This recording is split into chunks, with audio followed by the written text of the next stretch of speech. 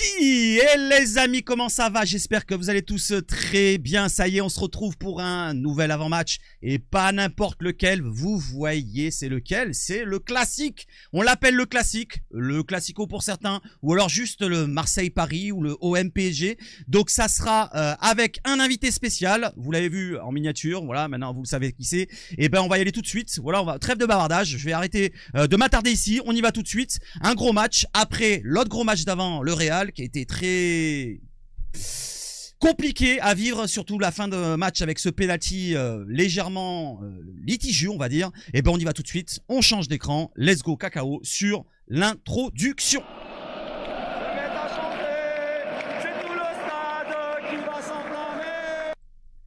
Et je ne suis pas seul, je suis avec un invité qui va se présenter, vous le connaissez sûrement, c'est marqué en jaune, vous le voyez là, noir sur jaune. Qui es-tu, jeune invité? Salut Seb, salut tout le Salut. monde et merci infiniment pour l'invitation. Koro, de Koro Foot tout simplement. On traite beaucoup de football français sur cette chaîne, mais voilà, on s'arrête aussi sur l'actualité, les compétitions internationales, Euro, Coupe du Monde, la CAN dans pas très longtemps. Et aujourd'hui, on a un truc exquis à vous proposer, le petit OM-PSG qui va s'annoncer chaud et intéressant. Chaud et Intéressant intéressant. par rapport à ce qu'on a vu, ouais. Là, vraiment, il y a des choses à dire. Donc, merci infiniment, Seb. Et voilà, prenez soin de vous. J'espère que vous passerez un bon moment. Vraiment, on va faire ça avec beaucoup de plaisir. D'accord. Ben, je te remercie pour d'avoir répondu présent et d'avoir tenu ta parole. Donc tu es là, tu es Avec plaisir. présent. On va faire cet avant-match ensemble. Il y aura quelques anecdotes du passé, mais je vais pas m'attarder trop sur ça. On va rester sur le présent. Bien sûr. Comme il a dit Longoria lors de son interview sur Marca, je crois, il me semble. Il a dit le passé, c'est le passé. Maintenant, concentrons-nous sur l'avenir et construisons notre projet ensemble. Du côté de l'OM principalement. On va parler des Parisiens, bien sûr. On va faire un petit peu comme un match de ping-pong. D'un côté, ça sera Ça. pour les Parisiens, d'un côté, ça sera pour les Marseillais. On parlera des deux côtés, des prestations de l'un de l'autre, des compositions de l'un de l'autre et du match d'un côté et de l'autre. Avec un peu d'animation aussi pour la rencontre. On y va tout de suite. Alors, on revient. Donc, tout d'abord, tu m'as dit que tu étais sur la plateforme YouTube. Tu n'as pas de projet YouTube, dans surtout. l'avenir? Tu n'as pas de Les, projet? les projets, alors il faudrait dégager du temps et tout, mais Ouais. pourquoi pas, voilà, se mettre un petit peu sur TikTok. Mais bon, pour l'instant, ça va être YouTube. On reste YouTube, on est très bien ici.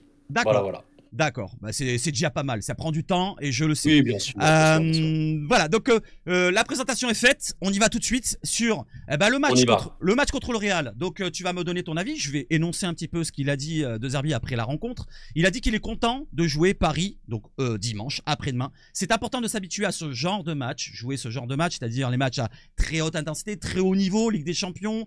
Match Bien contre sûr. Paris, c'est niveau Ligue des Champions aussi, ou d'autres matchs en Ligue 1 comme Monaco peut-être, ou d'autres derrière.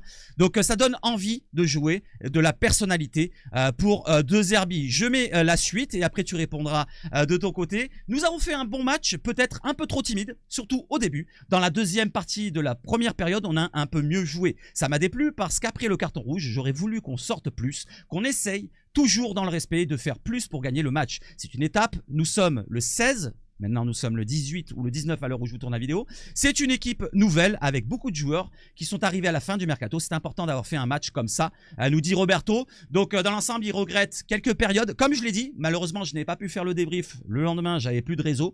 Voilà, je le fais rapidement avec Roberto maintenant. Et je suis d'accord avec lui. Il y a le début de rencontre où on les a pas regardés dans les yeux. On les a plutôt regardés dans les pieds. On les a laissés jouer. Et on a fait beaucoup d'erreurs en se faisant harceler, atomiser, j'allais presque dire. Heureusement qu'ils n'ont pas été efficaces, sinon le match aurait été plié en 20 minutes.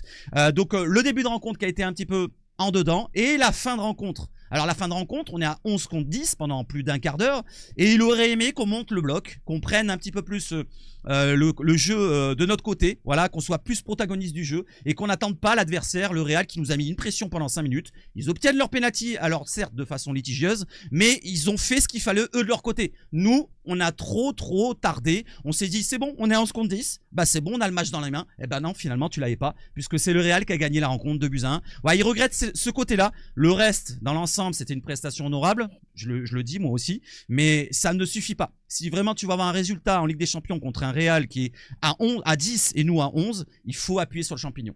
Qu'est-ce que tu en penses de tout ça, toi? Bon, déjà, le constat du coach de Zerbi, franchement, je le rejoins, hein. L'analyse, elle est même lucide parce que le début, tu sentais un petit peu, tu vois l'expression, le ballon te brûle un peu les pieds. Ouais. Côté Marseille, beaucoup d'erreurs techniques. Parfois, tu perds le ballon alors que tu n'es même pas mis sous pression sur certains moments. Ouais, le constat, je le rejoins. Par rapport à mon avis sur le match de l'OM en tant que tel contre le Real, je le rappelle, Mhm. Real qui va aussi se racheter au Bernabeu. J'ai vu certaines réactions, bon, l'OM, pas si bon, enfin je veux dire, pas très entreprenant. J'ai vraiment trouvé que c'était le contraire. Parce que réussir, vouloir initialement développer son jeu avec des circuits de relance courts au Bernabeu, bah, c'est pas tout le monde qui voilà, le fait. Mhm. Donc non, pour moi, c'était plutôt ambitieux et bah, je pense que tu en ressors globalement après les 90 minutes avec ce sentiment côté marseillais. Bon, c'est Ouais. quand même intéressant et tu peux bâtir un truc sur l'avenir. Bien sûr, bien sûr. On Franchement, on est satisfait, même si le résultat n'est pas là. C'est dommage, une défaite, bien 0 sûr, points, c'est 0 points. Et il y a ce côté frustration sur la fin de rencontre. Tu sens que tu peux aller chercher quelque chose. bien Malheureusement, sûr et certain. voilà, on a manqué un petit peu de personnalité en fin de rencontre. En début, Ouais, bon, allez, on peut penser que ça peut être logique d'être craintif, d'être frileux, même si bon, il faut pas ouais. répéter ces erreurs-là. On en parlera tout à l'heure dans les clés du match.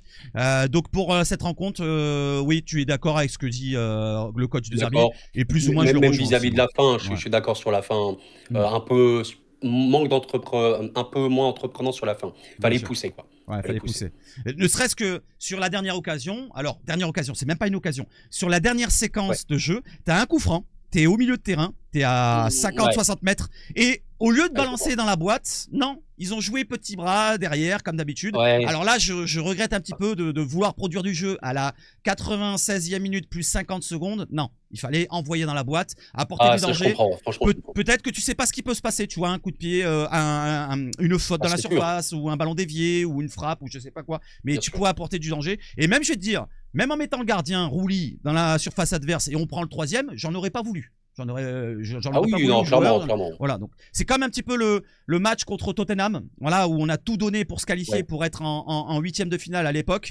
Bon, on se prend ce contre-là, on le joue très mal et finalement on termine quatrième. Mais ouais, bien sûr. franchement, j'ai un regret sur cette rencontre-là de Tottenham, je reviens en arrière, parce qu'on fait plus de Coupe d'Europe derrière. Mais dans le scénario de cette fin de match, je n'en veux pas trop. Dans le sens où on a tout mis, tout mis, D'accord, tout ok. mis pour aller Ouais, bien sûr. au plus haut. Bien sûr, Au bien sûr. plus haut. Bien Du sûr. côté des plus hauts, il y avait les supporters qui étaient très hauts dans le stade Bernabeu, qui ont mis de la voix. Donc là, ils nous ont fait un aux armes, je sais pas si tu l'entends. On l'entend. Voilà, je vais pas le Ouais. mettre tout le Sur long, les deux virages, hein. ça dure 30 secondes, Sur les mais deux des virages. deux côtés, ils se répondaient dans le Bernabeu. C'est particulier. Donc, tu en penses quoi, toi, cette ferveur des supporters qui étaient là, présents, et qui seront là tous derrière l'OM pour dimanche, avec un stade encore à guichet fermé. Tu en penses quoi de cette ferveur-là? Bon, ce serait très, très malhonnête de ma part de dire Ah. qu'il n'y a pas de ferveur à Marseille, quand Mhm. même. Ah oui, quand Donc même. évidemment, oui, oui, non, bien sûr, non, mais c'est très bien, surtout que globalement, je trouve qu'on a des supporters en France qui savent vraiment, vraiment mettre l'ambiance à l'extérieur. Et oui, oui, bon, les Marseillais savent le faire, il y a pas de problème, mais c'était assez fou, quand même, les deux virages. Bon, il y a le chant déclenché, ouais, mais ça prouve aussi l'engouement et ça doit apporter. Tu vois, si on parle après du Ouais. MPG, Mm. tu joues chez toi. Tu Ouais, joues chez toi. bien Donc sûr. ça, c'est un truc évidemment qui n'est pas des moindres. Ça porte et ça peut C'est aussi te sûr. déstabiliser. On en parlera tout à Ah, l'heure. c'est ça, hein? Ah, ok. Maintenant, le match sera lancé par Benjamin Pavard. C'était après la rencontre du Real Madrid. On va arrêter avec le Real, même si on en reparlera dans la conférence de presse. Il en a parlé de Zerbi et Monsieur Rouli. Merci pour votre soutien, nous dit Benjamin Pavard. On n'entendait que vous sur la pelouse. Rendez-vous dimanche au Vélodrome. Justement, dimanche au Vélodrome. Il y a l'affiche qui est présentée par Naïef Aguerd. Alors, est-ce que c'est un signe comme quoi il sera sur le terrain? Je ne sais pas. C'est sur son compte Instagram. Donc il nous affiche le classique entre lui et un autre Marocain. Le match des Marocains face à face. Naïef Aguerd, très bonne recrue. On en parlera tout à l'heure. Donc c'est juste pour mettre l'affiche et en parler. Le classement. Alors le classement, Marseille, Paris, Paris qui est premier bien sûr, Marseille qui avec ses deux défaites à Lyon et à Rennes était placé à la 7e place, 6 points d'écart entre les deux équipes. Un Paris qui commence sa saison tambour battant comme d'habitude et qui a gagné ses 4 premiers matchs. Pour le bilan des confrontations, voilà les bilans des confrontations excusez-moi, entre Marseille et Paris au Vélodrome en 45 matchs, vous avez 22 victoires, 9 nuls, 14 victoires parisiennes depuis 1971. que en Ligue 1, hein. C'est pas en Coupe de France. Hein. J'ai pas pris la victoire en Coupe de France en compte. Vous avez le dernier match, la dernière victoire, pardon, de l'OM le 27 novembre 2011. Ah, ça commence à remonter quand même. Il y en a qui étaient même pas nés, ceux qui me suivent. Ça fait quand même plus de 13, ça va faire 14 ans. 14 ans que l'OM n'a pas... Non, c'est ça, oui, 14 ans. 14 ans que l'OM n'a pas gagné au Vélodrome, 3-0. Et le dernier match, c'est le même score, 3-0. Tu en penses quoi de ce bilan des confrontations? Alors déjà, ce que je remarque, c'est qu'il y a peu de nuls, et j'aurais cru qu'il y C'est avait vrai. plus de nuls, et ça indique quand même que globalement, c'est qui tout double. Il y a un perdant. Il y a un vainqueur, mais il y a un perdant. Tu vois un peu l'idée. Mais Ouais. après, ouais, au Vélodrome, bon, ça m'étonne quand même pas, évidemment, que l'OM ait plus gagné aussi. En plus, là, c'est depuis 71. Mmh. Par rapport à plein de raisons qui sont assez évidentes depuis les dernières saisons, on connaît Ouais. la puissance du PSG, il y a Mmh. plus de victoires, mais bon, ouais, 14 ans. En fait, si tu veux, on en parlera sûrement après dans tout ce qui Mmh. va être question de ne pas avoir peur et rentrer sur le terrain. Ouais. Bon, sur la dernière saison, le PSG a déjà perdu à l'extérieur. Mais voilà, il arrive, soit des circonstances, etc. Machin. Mmh. Je pense que l'OM peut le faire. Il y a un Ouais. moment, c'est une équipe de foot Bien professionnelle de sûr. haut niveau, Mmh. dans le top Ligue 1. Donc oui, l'OM peut le faire à un Mmh. moment, comme d'autres équipes. Voilà, bon, même, tu vois, des équipes qui jouaient le maintien ont déjà réussi à battre Paris chez eux. Mais bon, voilà, on connaît aussi l'importance de ce match. On sait que Paris joue aussi ces matchs-là avec de l'intensité. Et bon, on verra. Mais disons que sur le papier, on parle pas d'une équipe de D5 qui affronte Mmh. Paris, tu comprends. Ouais. Mais cet aspect évidemment mental est très important. Ça, c'est D'accord. clair. D'accord.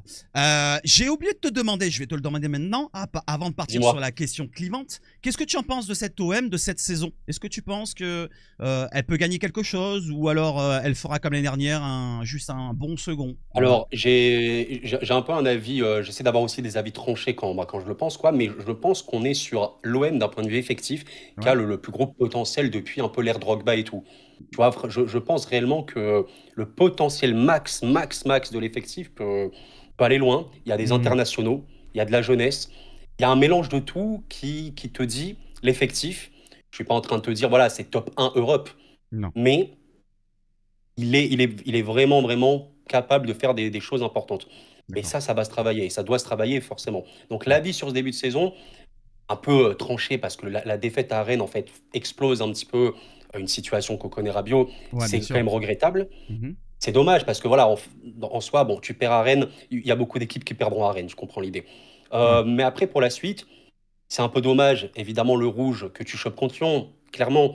Je Mhm. pense qu'il y a quand même des choses vraiment positives. C'est très, très, très ajustable. Mais sur Ouais. les deux derniers matchs, Lorient et Real, il y a quand même une dynamique plutôt positive qui peut s'enclencher. Alors, il y a Paris. Là, maintenant, il ne Ah, faudra pas non plus, là, c'est ce que je dis aux supporters qui nous écoutent, ouais. c'est pas perdre face au PSG, qui, on connaît le niveau du PSG, qui va remettre tout en question. On verra déjà Mhm. le visage montré. Mais voilà mon avis sur ce début de saison. D'accord. Honnêtement. Alors, je reviens juste sur ce que tu as dit, la comparaison avec le OM de Drogba. Pour moi, Ouais, c'était pas un gros OM en fait. À cette époque-là, ouais, ouais, il y en a eu d'autres, des équipes bien plus fortes, celle de 98-99, avec notre bien finale sûr. en UEFA a été plus forte. Celle, je vais te dire, même celle de maintenant, elle est beaucoup plus forte. À l'époque de Bien Drogba, il y sûr, bien avait sûr. quelques joueurs. Il y avait Drogba qui était largement au-dessus, qui tenait Ouais, presque tu sentais l'équipe à qu'il lui tout volait un seul. petit peu. Voilà, Il donc. survolait un petit peu le. Mais il y a eu des périodes, oui, effectivement, où on a eu des bonnes équipes. Bien Et sûr. là, Mais tu vois, par exemple, l'ère ouais. Tudor, qu'est-ce que tu en as pensé de l'ère Tudor? Par Bah, l'air exemple, un petit peu. Tudor, il a manqué de profondeur de Ouais, banc déjà. Il a c'est manqué ça, une part de mentalité, de mode guerrier. Tu sais, tu mets c'est l'interrupteur ça, sur mode guerrier et jusqu'au bout. Il a ouais, manqué jusqu'au bout en fait, le jusqu'au ouais, boutisme c'est ça, et la quantité. c'est Et ça. surtout en Et début de saison, il y avait eu des mutineries, une mutinerie principalement causée mmh, par certains joueurs, un groupe de joueurs, avec le tête-à-tête, le front contre front, avec Gerson contre ouais, Tudor ici là. Ça a ouais, posé souci dans le temps. Tu sais, c'est latent, tu vois, ouais, un problème latent. Et au bout du compte, finalement, c'est ressorti en fin de saison. ouais, je En vois. fin de saison, on a totalement lâché. Parce que le match Mais contre, franchement, tu vois, c'est ça. contre Je Lens, je trouve ouais. je sais pas si t'en souviens, contre Lens, on affronte Lens et on est devant Lens. On est juste derrière Paris, pas loin, hein, pas très loin, hein, tu vois, à quelques points. Et en gagnant Mmh. contre Lens, on pouvait, pourquoi pas, jouer, titiller le Paris Saint-Germain. Tu vois, on n'était pas Ouais, très loin. ça me dit un truc, Puisque, ouais. puisque Lens termine à un En point de fait, bout. je comprends ça.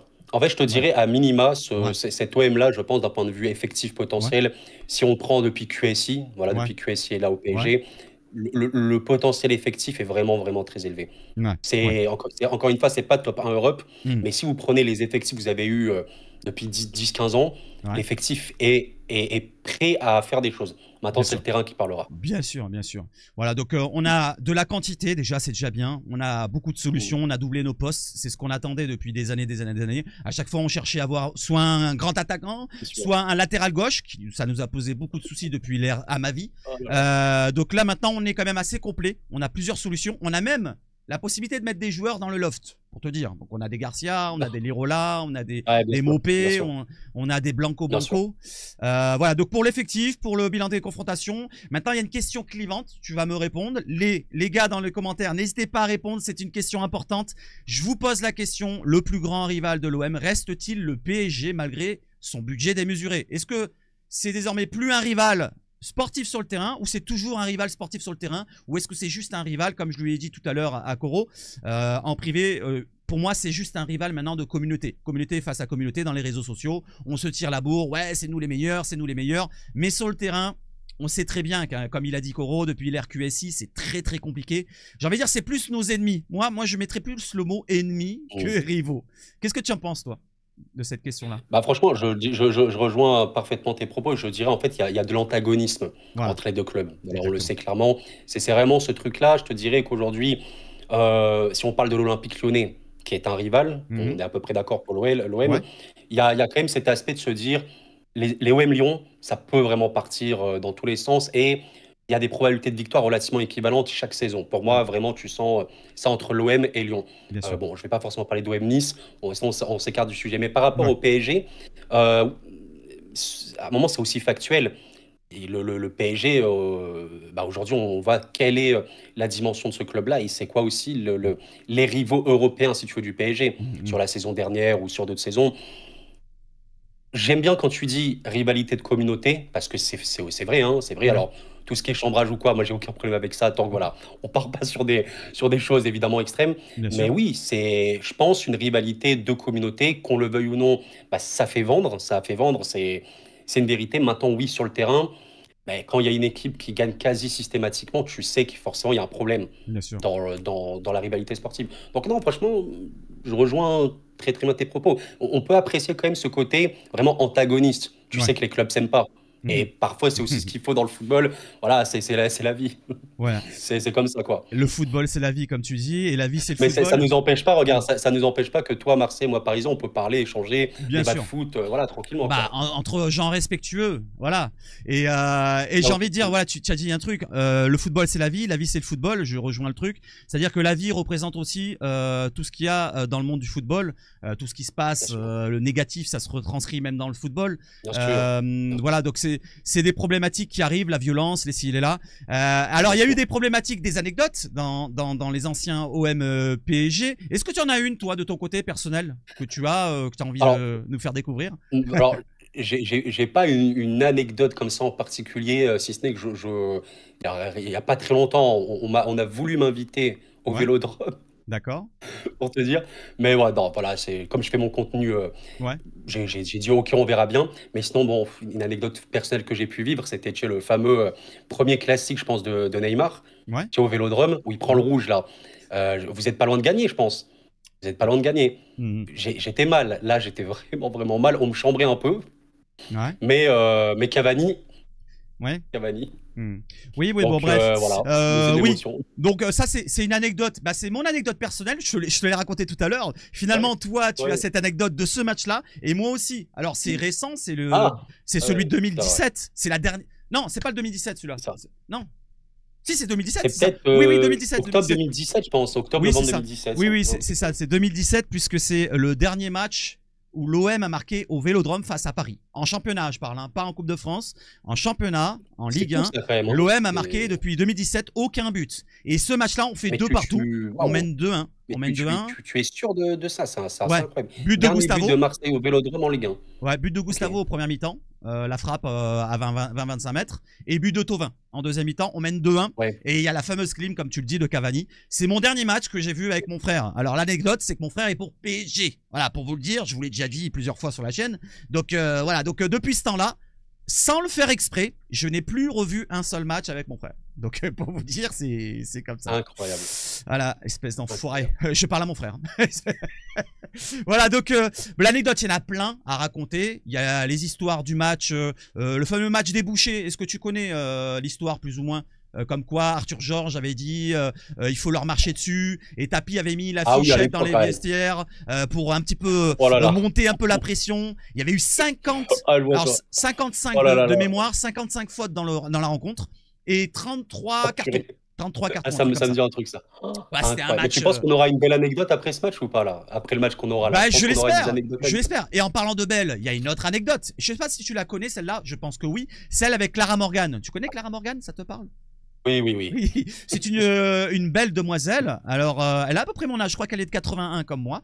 Lors de l'OM PSG, il y a 20 ans pile poil, j'ai fait exprès en plus, c'est 2005, 16 octobre 2005, les joueurs parisiens se plaignaient d'une odeur d'ammoniac dans leur vestiaire et sont pris de maux de tête. Ce soir-là, Clara Morgan, actrice de film X sur Twitter, voilà, est présente près des joueurs et leur fait aussi tourner la tête. Marseille gagne 1-0 et un but de... Alors, peut-être que tu te souviens pas? Est-ce que tu te souviens le buteur? Non. Parce qu'en plus, je vois l'anecdote, mais je vois pas le buteur. En plus, l'anecdote, c'est que c'est un ancien parisien. C'est Lorik Sana qui marque le but sur corner. Oh là là. Passe de Nasri, si je me trompe pas. Et l'OM a gagné. 1-0. Voilà. C'était les périodes où on gagnait. Bon, là, c'était un match particulier. Voilà. Donc, il y avait Laurent Fournier qui était en coach, je crois, à l'époque de Paris, qui avait vomi. C'était plein ici et là. Mais il y en a plein des anecdotes. Il y en a plein des anecdotes. Il y a celle de Bernard Lama qui se prend les balles de tennis. N'hésitez pas à mettre vos anecdotes en commentaire. Ouais, n'hésitez pas, tiens. N'hésitez pas, toutes les anecdotes que vous avez. Voilà, donc maintenant on va partir sur le présent. Voilà, parce que là, le passé c'est le passé. Merci Clara. Et on passe sur le mercato parisien. Est-ce que tu peux me parler de ton mercato? Qu'est-ce qui a été, qu'est-ce qui n'a pas été, qu'est-ce qui vous manque dans l'effectif pour vraiment avoir un effectif plus complet? Donc là on a les arrivées, les arrivées là, Zabarny, Chevalier, tout. Voilà, vas-y. Il faut savoir une chose, c'est que déjà au sein même de la communauté parisienne, il y a vraiment, c'est très, on va dire, disparate. Il y a des gens qui sont totalement OK avec le mercato, il y en a qui n'aiment pas le mercato. Maintenant, je considère une chose qu'il ne faut pas oublier vis-à-vis du mercato. À minima, il n'y a pas eu de perte. Et ça, on l'oublie. Alors, Donnarumma est parti, le gardien. Il a été remplacé par Chevalier, bon, que le coach voulait depuis quelques temps maintenant. Mais il n'y a pas eu de perte. C'est-à-dire l'effectif de l'année dernière est présent. Par rapport aux recrues, factuellement, et qu'est-ce qui va être utile au cours de la saison, je ne vais pas considérer Chevalier, parce que Chevalier, de toute façon, il arrive avec Donnarumma qui part, donc Chevalier jouera en tant que titulaire. La seule réelle et vraie recrue parisienne, c'est Zabarny, le défenseur central qui est arrivé de Première Ligue. Mais ce qui va être intéressant à suivre dans cette saison PSG, c'est la montée, encore une fois, des jeunes qui auront de plus en plus de minutes. Tu vois là, le quatrième joueur, Ibrahim Baye, le quatrième, là, 17 ans.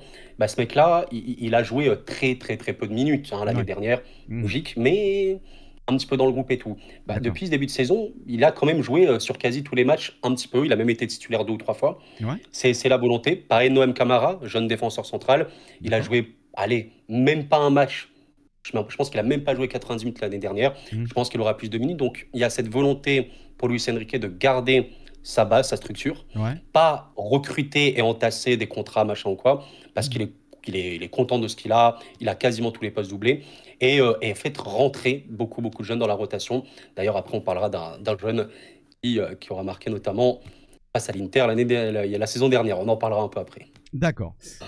Donc là, c'est les arrivées. Bon, il n'y en a pas eu énorme, comme tu l'as dit. Il n'y a pas eu beaucoup de mouvements. Voilà, les départs, c'est des joueurs qui ne sont pas, voilà, à part Donnarumma, comme tu le dis, qui sont très importants. Même si un Skriniar aurait pu l'être, voilà, l'année dernière. En fait, si tu veux, ce qui est très intéressant, c'est que de base, le PSG n'est pas un club qui vend, qui en secoué ici à très peu de ventes. Et tu vois, toutes ces personnes, Solaire, Asensio et tout, c'était devenu des indésirables parce que des salaires trop énormes et tout, et il fallait les libérer. Ils sont libérés.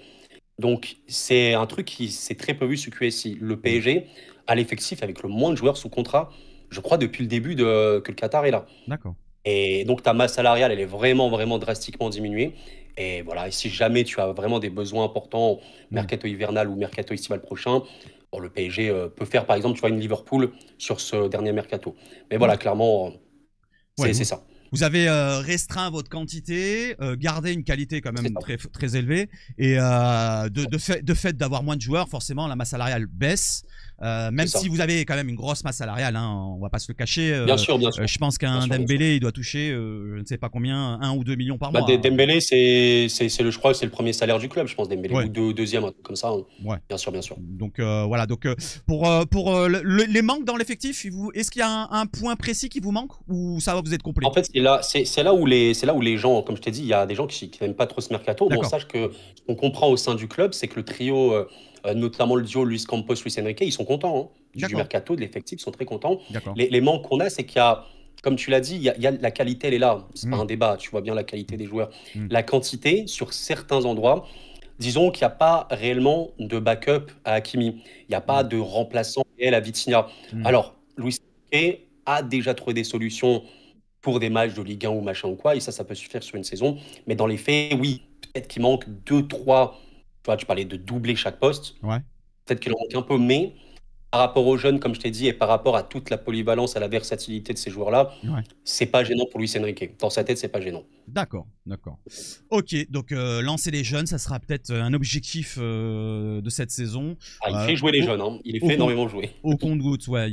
Ouais, j'ai vu qu'il y a le jeune Mayolo, on va en parler après, je pense. C'est ça, on va en parler. Début de saison. Alors, avant de partir sur le début de saison, tu peux me parler des ambitions du club en global, toi, tes ambitions à toi. Je pense qu'on les connaît tous, hein. Ouais, Voilà, mais allez, tu peux bon, m'en détailler? bien sûr, mais les ambitions, bon, elles sont assez normales. C'est comme d'habitude, un peu essayer de tout gagner. Mhm. Maintenant, il y a. Je suis pas étonné, si tu veux, quant au fait, notamment par rapport à la mentalité du coach, que oui, il y a aussi cet objectif de essayer de regagner la Ligue des Champions, encore une fois. Mais c'est vraiment une équipe qui aujourd'hui prend les choses match après match, Mhm. essaie de tout baser sur le travail, le focus. Et voilà, l'ambition, tu me dis, bah, tout gagner. Ok. Tout gagner. Voilà, je ne veux pas te dire. Dommage, hein, dommage. Vous allez pas rêver. J'enchaîne avec les résultats. Les résultats depuis le début de saison. Alors, comme je l'ai dit tout à l'heure en privé, la Coupe du Monde des clubs, bon, rapidement, si tu veux en parler, Ouais, n'hésite pas. Mais on va se concentrer bien sur le sûr. début de saison 2025-26. Le Ouais. championnat, donc, il a commencé avec cette victoire à Nantes, victoire contre Angers, 2 fois 1-0. Et à partir du match contre Toulouse, on sent que la machine un petit peu Bah, s'est un ouais, peu lâchée, quoi, un petit peu 6-3, non, 2-0 et 4-0 c'est. contre Ouais. l'Atalanta. Alors, tu en penses quoi de ce début de Ouais, saison? je peux t'en parler avec précision, je pense, parce Vas-y. que ce qui est très très intéressant sur ce début de saison du PSG par rapport à d'autres équipes, c'est que regarde la date de la finale de la Coupe du Monde des clubs 13 et août. regarde la date. Ah ouais. Non, non, la finale de la Coupe du Monde contre Chelsea, regarde, un peu plus haut. Ah oui, Regarde contre excuse-moi. Chelsea, Là, ouais, excuse-moi. 13? ouais, c'est le 13 juillet. Ah, 13 d'accord, ouais. juillet et la finale, c'est le 13 août. Donc en fait, le PSG est une équipe qui n'a pas eu vraiment de préparation. Hmm. Quand tu finissais ta Coupe du Monde des clubs, bah, Ouais, d'autres clubs commençaient déjà la reprise d'entraînement et tout. c'est vrai. Tu vois bien. Hmm. Donc en fait, ce qui est super intéressant, c'est que Luis Enrique est vraiment, vraiment, vraiment, dès les premiers matchs, dans une optique de surgestion Hmm. abusée. Il y a énormément de rotation. Il y a des joueurs qui jouaient très peu, comme je t'ai dit, des jeunes l'année Ouais, dernière comme Ibrahim Baye. Et oui, c'est un PSG vraiment qui fait, honnêtement, sur le début de saison, notamment de Ligue 1, pour moi, c'est le strict minimum. C'est d'accord. mettre un peu d'intensité pour essayer de gagner le match et après ultra, ultra, ultra contrôlé Ouais, par rapport à la grosse, grosse saison qui arrive. d'accord. Effectivement, le match contre Toulouse, c'est bon, Neves qui est un petit peu fou, qui met un triplé absolument choquant. Ouais, Et le match contre Lens, même contre Lens, hein, Lens a eu des situations, vraiment, c'est pas un PSG, encore une fois. Tu mets un peu d'intensité, tu ouais, essaies de marquer et t'arrêtes. Le vrai match qui était convaincant, oui, c'est face à l'Atalanta, où ouais, là, Ligue des Champions, je sais pas si tu l'as vu, mais le début de match, oui. extrême, extrême intensité pour essayer de tuer complètement Hmm. l'adversaire. Et après, comme un petit peu ce qu'on a vu, notamment sur les phases de gestion la saison dernière, Ouais, on recalme le jeu, on fait une seconde période, on vraiment, vraiment, on arrête de mettre cette intensité-là et ouais, on gagne comme ça, quoi. C'est ça. Donc d'accord. c'est très intéressant parce qu'il y a eu 5 matchs, on va dire, depuis Nantes, enfin oui, de la Ligue 1, Ouais, mais c'est que des matchs de prépa en soi. d'accord. Vraiment, c'est ce qu'on ressent énormément. Ouais. C'est vraiment ça. Ouais, je vois ce que Ouais. tu veux dire. C'est une espèce de. On met en place les choses. Voilà, on C'est va ça, c'est ça. ajuster quelques petits détails peut-être défaillants. Et puis, plus le temps il va avancer, plus on sera rapproché de la perfection pour vous. Alors, la perfection ne suffira pas, forcément. par exemple dimanche.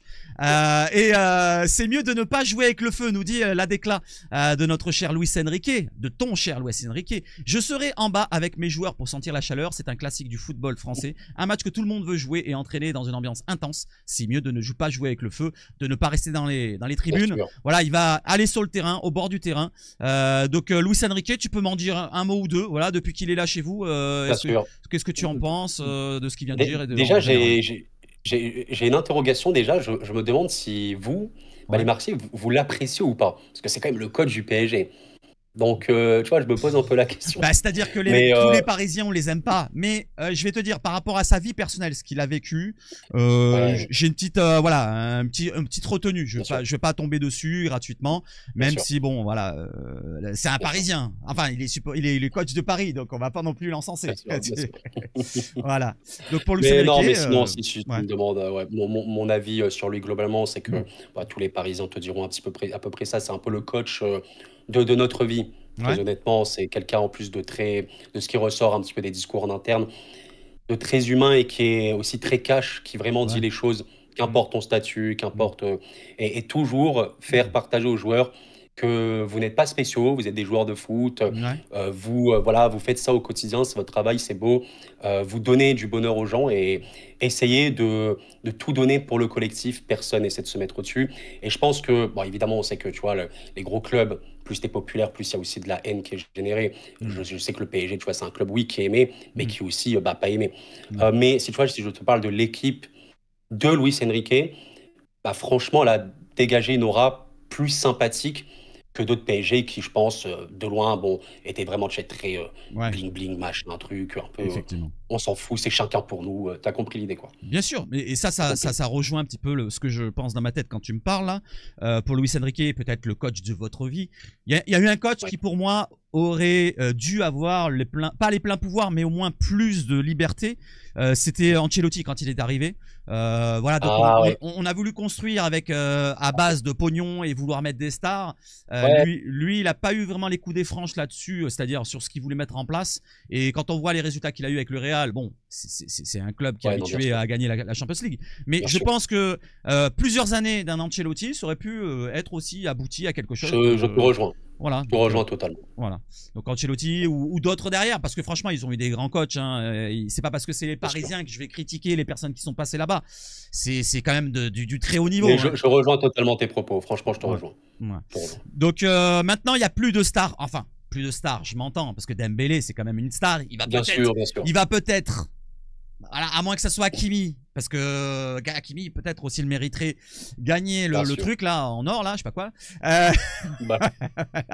Donc voilà, donc pour le côté Enrique, vous l'appréciez maintenant, vous lui avez laissé le temps. Maintenant, le temps qu'il a eu pour mettre ça en place, il a fait un peu le ménage et on espère que nous de notre côté, ça sera la même chose du côté de l'Olympique de Marseille. On enchaîne maintenant avec les compos de Paris contre l'Atalanta. C'était la dernière compo, donc un 4-3-3. Alors ça bouge, l'animation ici et là, mais le 4-3-3 de base, Chevalier, Hakimi, Marquinhos, Pacho, Nuno Mendes, Neves qui sera absent, on va en parler, Vitinha, Fabian Ruiz, Kvaratskhelia, Mayulu et Barcola. Alors, ce qui nous donne quoi en absence pour le match donc de dimanche.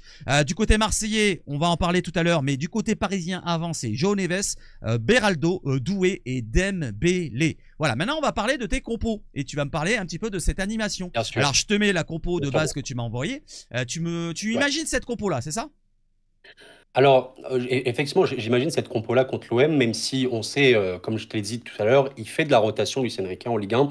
Maintenant, je pense qu'à un moment, match Marseille, Vélodrome, sur ta saison de Ligue 1, tu n'auras pas beaucoup de matchs plus durs que celui-là. Ça, c'est aussi factuel. Donc, je m'attends quand même à voir Luis Enrique repartir sur un truc un peu équipe vraiment, vraiment type. Alors, il pourrait faire de la rotation. Il nous a déjà pris un peu de cours sur ça. Et en fait, les joueurs que tu vois là, globalement, avec les absences, tu ne peux pas faire mieux au niveau des automatismes, de ce qu'il y a eu, etc. Machin. J'ai même mis Mayulu. Pour une raison très très simple, c'est qu'en fait le PSG a évolué à un niveau extrême avec un neuf qu'on appelle un faux neuf, de décrochage très libre entre les lignes. Et Ramos est beaucoup trop un neuf classique, ce qui fait que il est là, mais ça restera vraiment un super sub. Je Ouais, pense bien que sûr. Ramos jouera, mais rentrera. Et Mayoulou, malgré sa jeunesse, beaucoup de qualité technique, de mouvement, qualité de pression et tout. Et non, non, il pourra jouer et ce sera une des clés que je t'évoquerai après pour le match, notamment de la D'accord. défense marseillaise. Par rapport à D'accord. l'animation, oui, tu peux montrer le deuxième screen. Vas-y. L'image en fait que je te montre ici, Ouais. c'est ce qu'on a énormément vu au PSG dans les très très gros matchs, à savoir la défense à 3 que tu peux voir avec Mendes, Pacho, Marquinhos. En fait, Mendes, qui est latéral sur papier, mais qui, dans les très très gros matchs, monte quand même moins. C'est plutôt Hakimi qui monte énormément, qui crée le déséquilibre côté droit. Tu peux montrer la troisième image Ouais. également, que je t'ai envoyée. Cette image-là, avec Voilà. Mendes plus haut, Fabian qui prend la défense à 3, parfois c'est Fabian, parfois c'est Vitinha. Là, c'est D'accord. vraiment quand on a un PSG qui veut vraiment, vraiment, vraiment être sur du surnombre, D'accord. beaucoup, beaucoup, beaucoup d'agressivité. Par exemple, tu vois, contre l'Atalanta, Nuno Mm. Mendes a énormément quitté son poste de troisième central Ouais. pour se proposer intérieur et pour apporter le surnombre. Ça, c'est vraiment quand le PSG veut très, très, très vite écraser l'adversaire, si tu veux Écrasé, l'idée. ouais. Ne Ouais. pas les laisser respirer. C'est vraiment l'idée de, regarde, Hakimi Mendes, position très avancée dans les couloirs intérieurs pour empêcher toutes les phases de relance avec les milieux de terrain, etc. Ouais, Donc, bien sûr. c'est les différentes animations que tu auras dans ce match-là, avec voilà, permutation, Hakimi, Kvara, Warren qui sera à peu près partout, Ouais. Fabian également partout, mais ça va dépendre. Ce qui est dur dans ce PSG-là, et Mm. les adversaires l'ont évoqué, c'est que c'est très, très compliqué de les voir venir, c'est assez imprévisible, ça D'accord. bouge tout le temps. Mm. Et donc, au marquage, bon, tu vois, t'es défenseur. Mm. Balerdi, est-ce que je sors sur lui? Je sors pas? Tu comprends l'idée. Bien Mais sûr. grosso modo, ça bouge beaucoup, quoi. Ouais, bah, ça Ouais, rejoint un petit peu ce que je te disais tout à l'heure en privé. Dans le football actuel, on voit ouais, de plus en plus ces genres d'animation où tu bien as sûr. souvent les latéraux qui font un peu l'essuie-glace et qui montent un C'est petit peu ça. dans les C'est ça. demi-espaces pour apporter du danger, pour C'est apporter ça, c'est ça. cette espèce de barrière offensive, voilà, qui sera la première C'est ligne à ça. passer. Et quand tu as 5 joueurs face à toi, c'est plus compliqué que passer s'il y en a deux C'est ou ça. trois. Donc je comprends. Et de nous, de notre côté, c'est un petit peu le même style. Le Real face à nous, c'était un C'est petit peu ça. le même style. Donc on le voit de plus en plus dans le football. Maintenant, il C'est faut voir ça. les joueurs C'est ça. qui ont la qualité, qui ont C'est l'endurance, qui ça. ont l'assurance derrière de la relance. Parce Totalement. qu'un Pacho et un Marquinhos, Bien sûr, bien s'ils sûr. n'ont pas cette relance-là propre, et ben derrière, ça va rendre les ballons directement à l'adversaire. Et nous, c'est ce qui C'est nous ça. porte préjudice depuis l'année C'est dernière. ça. On avait des Et brassiers, c'est on pour avait ça des... que tu vois, Ouais, tu vois ce que je veux dire? je t'en parlais tout à l'heure, Ouais. je t'en parlais tout à l'heure en privé. Pourquoi j'imaginerais quand même plus Marquinhos sur ce match-là? Oui, Zabarni a Mm. joué la Ligue 1, a joué titulaire, mais dans les gros matchs, Marqué est là. Ouais. Et d'un point de vue défenseur de relance, de construction, Marqué est très, très, très, très précieux pour le D'accord. PSG. Et d'ailleurs, tu vois, le but qu'il met contre l'Atalanta, Ouais. ça part d'une contre-pression énorme de Marquinhos qui Mhm. récupère le ballon dans les pieds et qui se projette après dans le dernier tiers. Tu comprends l'idée. Donc, ouais, D'accord. Voilà, j'imagine bien Marquinhos. donc cette compo-là, on va l'afficher tout à l'heure face à celle de l'OM. On va aller tout doucement sur Bien l'OM. sûr. Alors, ce que je vais faire maintenant, c'est envoyer toutes les déclats de la conférence de presse de l'OM rapidement.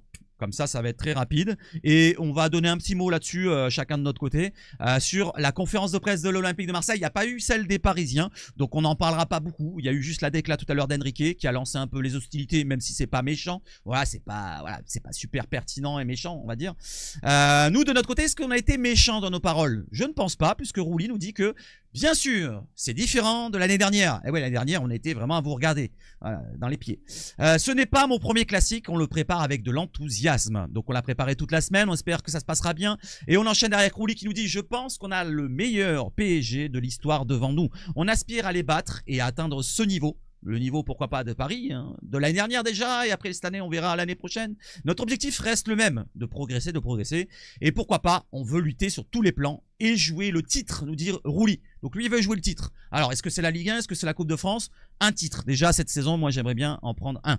Je continue. On veut être le plus régulier cette saison, même contre les petits adversaires. C'est ce qui nous manque, hein. L'année dernière, on avait C'est très beaucoup de... important, hein, ce qu'ils disent. Voilà, C'est très important, ça. les matchs contre Reims, les matchs contre Auxerre aller-retour, Strasbourg. Alors Strasbourg, je le mets comme surprise. C'est-à-dire Strasbourg, ils nous ont vraiment surpris de par leur niveau contre tout le monde. Donc j'ai envie de dire, c'est pas vraiment la même erreur. Mais on a eu beaucoup d'erreurs où on a encaissé pas mal de buts en plus. Nous, quand on se trompe l'année dernière, c'est pas un petit peu. C'est pas qu'à moitié, c'est entièrement. Tu vois, on se prend des 3 buts, des 3 buts, des 3 buts, des 3 buts. T'en veux? Non, des 3 buts, des 3 buts. Ouais, par exemple, le Voilà. Reims-OM 3-0, tu vois, ça, évidemment, c'est Voilà. pas normal. Non, Bien il sûr. y a eu 3-1. À 3-1, bah, je crois que Oui, c'était 3-0. Rongier, je crois qu'il marque un but, il rentre dans la surface, Oh, il frappe peut-être, en fort. peut-être, Oui, mais comme le match contre peut-être. Auxerre, tout le monde dit ouais 3-0. Non, il y a eu 3-1 aussi. Parce qu'on marque un Ok, penalty, il me semble. Bon, bref. ok, Mais ok. c'est pas grave, c'est une Ok. défaite. 3-1, 3-0, moi je la prends comme une grosse défaite. J'enchaîne avec De Zerbi maintenant, qui nous dit qu'au Bernabeu, on n'était pas la même équipe que l'année dernière. On en revient l'année dernière face à Paris, hein, c'est ce qu'il voulait dire. Je ne vais pas Bien sûr, mentir, bien sûr. on a une équipe forte cette saison, mais on doit progresser au niveau du jeu et de la mentalité. C'est toujours la même chose, il faut qu'on soit plus prépondérant dans le jeu. Il nous dit quoi? J'aimerais revoir l'action qui part de Rouli et qui finit par la frappe de Kondogbia sur le bras de Militao 5 ou 6 fois. C'est comme ça qu'on doit jouer. Je sais pas si tu l'as fait attention à cette action-là. Déjà, j'en ai fait attention et tu vois, Ouais. justement, ça, Hmm. c'est pour moi, De Zerbi, si je fais une petite parenthèse sur lui, Ouais. pour moi, c'est un coach vraiment ambitieux. Ouais. Si il arrive à développer son jeu comme ce qu'on voit vraiment dans le football moderne, moi, j'ai aucun doute que ouais, Marseille peut devenir très compétitif. Parce que le circuit de relance dont il parle, qui finit sur la frappe de Kondogbia, c'est vraiment excellent. C'est Hmm. excellent. Tu fais ça à l'extérieur, en plus, c'est que demande de plus le coach. Tu comprends Hmm. l'idée, quoi. Oui, bien Bah, c'est sûr. sûr. Voilà. Alors nous, ce qu'on regrette, c'est que souvent on le fait ce jeu-là, mais il manque toujours Mm. la petite passe au bon endroit ou l'accélération au bon endroit ou ci ou là. Et Là, des là, là. fois, on s'embête. Voilà, c'est ce qu'ils ont là, la Ouais. communauté OM en général. Ils disent qu'on a un jeu qui est stérile, alors que finalement non, on cherche la Ah, solution, clairement. mais on la trouve pas parce que Mm. alors. Soit c'est un manque de mouvement, soit c'est un manque de qualité pure de du joueur. Et je pense que c'est un Ouais. petit peu lié aux deux. Et la mentalité aussi. Voilà, l'envie peut-être de faire mal à Ouais. l'adversaire qui Mais nous manque un petit clairement, peu. ça, je t'en parlerai après, mais effectivement, oui. Ouais. Alors j'enchaîne avec le reste. Roberto Zerbi en conférence de presse, il nous dit il faut du temps. Il faut du temps, comme on l'a laissé pour Enrique, comme on l'a laissé pour d'autres coachs. Il faut du temps. Que les choses nouvelles deviennent une habitude, deviennent des mécanismes. Les joueurs s'engagent à courir, à aider les autres, mais après, avec le ballon, le choix dépendra toujours du joueur. C'est un petit peu ce que je viens de dire avant. Il faut du temps, laisser autant. Et puis après, les Ouais, automatismes vont se certain, créer. ça. Voilà, donc il faut laisser du temps au coach et aux joueurs. Avoir 11 joueurs ensemble et faire en sorte qu'ils raisonnent de la même façon. Au début, ça a créé un jeu un peu ralenti et c'est ça que je viens de dire, un jeu stérile. Mais avec le temps, ça va être plus rapide et il y aura de plus de solutions offensivement parlant. Je parle parce que c'est ce qu'on veut. Nous, on veut aller droit au but. Je continue. Le vélodrome, des fois, comme tu en parlais tout à l'heure, ça galvanise, mais des fois, on peut s'énerver ou perdre sa lucidité avec le bruit. La sérénité, c'est bien aussi, mais il faut rester lucide. Il faut mélanger sérénité et lucidité. L'un n'exclut pas l'autre. Et j'enchaîne derrière, voilà, donc avec les absences, voilà, vite fait, bien fait, on a Traoré qui sera absent plusieurs semaines, blessure musculaire à la cuisse, malheureusement. Aguerd, on suit les protocoles médicaux avec sa commotion, son protocole commotion de la tête. On verra dimanche, donc on ne sait pas pour l'instant s'il sera aligné ou pas ou quoi ou qu'est-ce, comme je l'ai annoncé au début. C'est une surprise. Et derrière, tout le reste, la base restera la même. Tous les joueurs sont présents. 3 matchs en 8 jours pour Kondogbia. Je ne sais pas si c'est problématique. Et oui, parce que on ne sait pas. Kondogbia, c'est un coup, il est très bon. Après, il va être absent 3 matchs. Il va revenir. Le temps qu'il revienne, il sera encore très bon. Mais il va être absent. Donc, c'est problématique. Il faut voir aussi Aubameyang et ceux qui ont joué comme Emerson et Peshao, qui ont peu joué. Et oui, parce qu'Emerson vient d'arriver. Il s'est pas bien entraîné avec West Ham. Il avait été écarté. Peshao, il était blessé pendant 2 mois. Donc, c'est des joueurs aussi qui enchaîner les matchs. Ça va être compliqué. Est-ce qu'ils vont être alignés? Ça va être la surprise. Pour l'instant, il nous a rien annoncé du 11 du côté de l'Olympique de Marseille. Alors, je vais te demander juste à toi, qu'est-ce que tu en penses de tout ce que je viens de dire, la conférence de presse? Voilà, est-ce que tu rejoins un petit peu ce qui a été dit? Globalement, je rejoins ce que dit le coach, même ce que dit Rouli. Mm. Rouli, quand il évoque le fait tu sais, d'ambition, d'essayer d'arriver aussi à ce niveau-là, etc. Je rejoins tous ces propos et je pense que ça va dans ce sens-là. Tu as évoqué le temps. Le temps est objectivement, enfin, c'est nécessaire. Tu peux pas te transformer en la meilleure équipe du monde du jour au lendemain. La stabilité, tu Mm. comprends l'idée. Mm. Si le coach a les clés en main, on lui fait confiance, on lui donne les joueurs qu'il veut et Mm. qu'il arrive avec les efforts, produire le jeu qu'il veut, ça ira bien. Maintenant, vous, les Marseillais, comme nous les Parisiens, on affronte énormément de blocs bas en Ligue 1. C'est compliqué, Mm. forcément, ouais, de C'est vrai. produire du jeu face à ça, parce que tu l'as évoqué, mouvement, l'intensité. Et l'intensité, moi, c'est vraiment où j'ai envie de mettre l'accent Bien le sûr. plus important. Quand Brest fait troisième de Ligue 1 il y a quelques saisons, ok, il y a d'autres équipes bon, qui n'ont pas fait une bonne saison, mais Brest est troisième aussi parce que c'est une des équipes qui factuellement donne le plus d'énergie sur le terrain. C'est vrai. Des courses, de la répétition d'efforts, tout le temps, tout le temps, tout le Mm. temps. Alors que bon, voilà, les joueurs de Brest, c'est pas les joueurs du Real ou quoi, tu comprends l'idée. C'est ça. Donc c'est ça. Et je pense qu'on aurait un OM bah, qui gagnerait plus de points contre les petits Mm. en se mettant en mode on y va, Ouais. on joue et on fait les efforts tout le temps et c'est comme ça qu'on gagne des matchs. Là, Bien sûr. l'exigence. Bien sûr. L'exigence. Bien sûr. Alors tu parles d'intensité, je vais juste te montrer un passage qui fait plaisir aux Marseillais. C'est celui de la dernière victoire au Vélodrome, c'était en Coupe de France. Tu t'en souviens de ce match-là? Voilà, je te mets juste le but. Voilà, on va le voir du début. Avec la récupération d'Amemba, le ballon pour... c'est qui Amemba qui l'a mis en retrait pour Sanchez.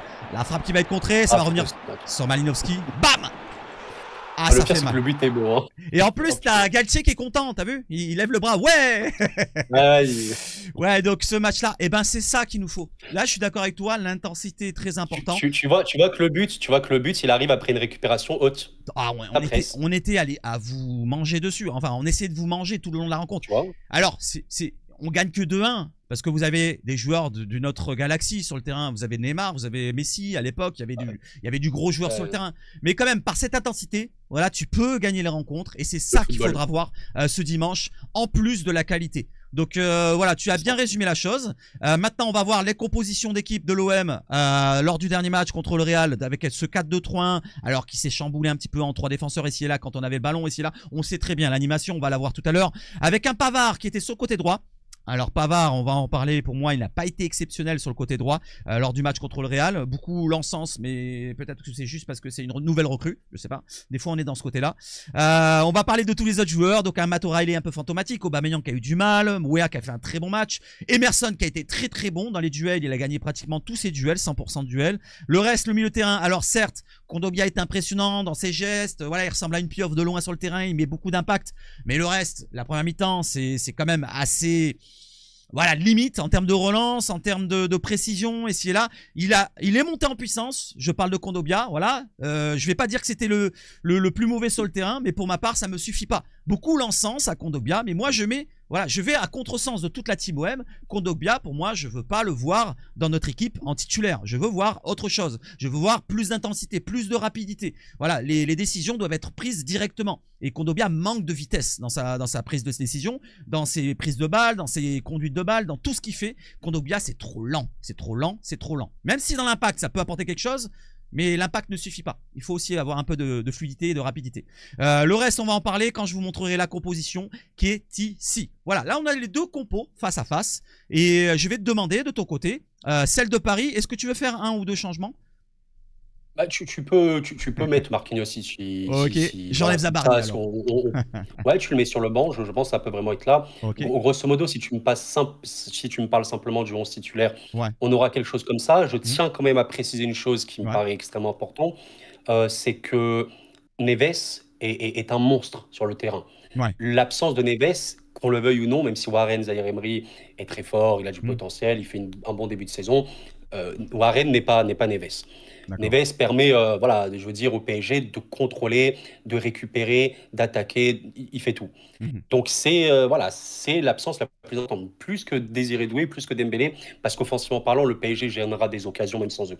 Ouais. Par rapport au contrôle, c'est ça. Donc l'OM doit en profiter clairement pour essayer d'agresser encore plus Paris, quoi. D'accord. Tu veux que je te donne mon avis aussi sur la compo OM ou alors globalement, je vais énoncer vite fait la compo de l'OM. Donc Rouli, logiquement ça bouge pas, c'est normal, c'est le meilleur joueur depuis l'année dernière. Alors la défense, c'est là le bas qui blesse. Je pense pas que Aguerd, je sais pas, on va dire que s'il est pas disponible, voilà, on va l'enlever, ça sera plutôt une compo de ce style là. Balerdi qui sera dans l'axe côté gauche et Pavard sur côté droit. Franchement, je pense que ça sera... la défense aura vraiment un rôle très important. Voilà.